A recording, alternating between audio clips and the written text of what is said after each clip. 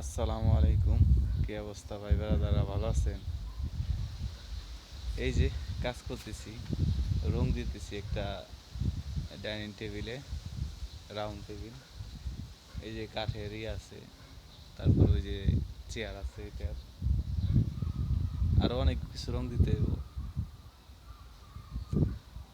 বাস্তবতার সম্মুখীন হলে সব কিছু করতে হয়, লুকোচুরির কিছু নাই, অভিজ্ঞতা বাড়ে, আর কিচ্ছু না। হয় শিখা যায়, আর নয়তো নতুন কিছু দেখা যায়। এই ব্যর্থতা বলতে জীবনে কোনো জিনিসই নাই।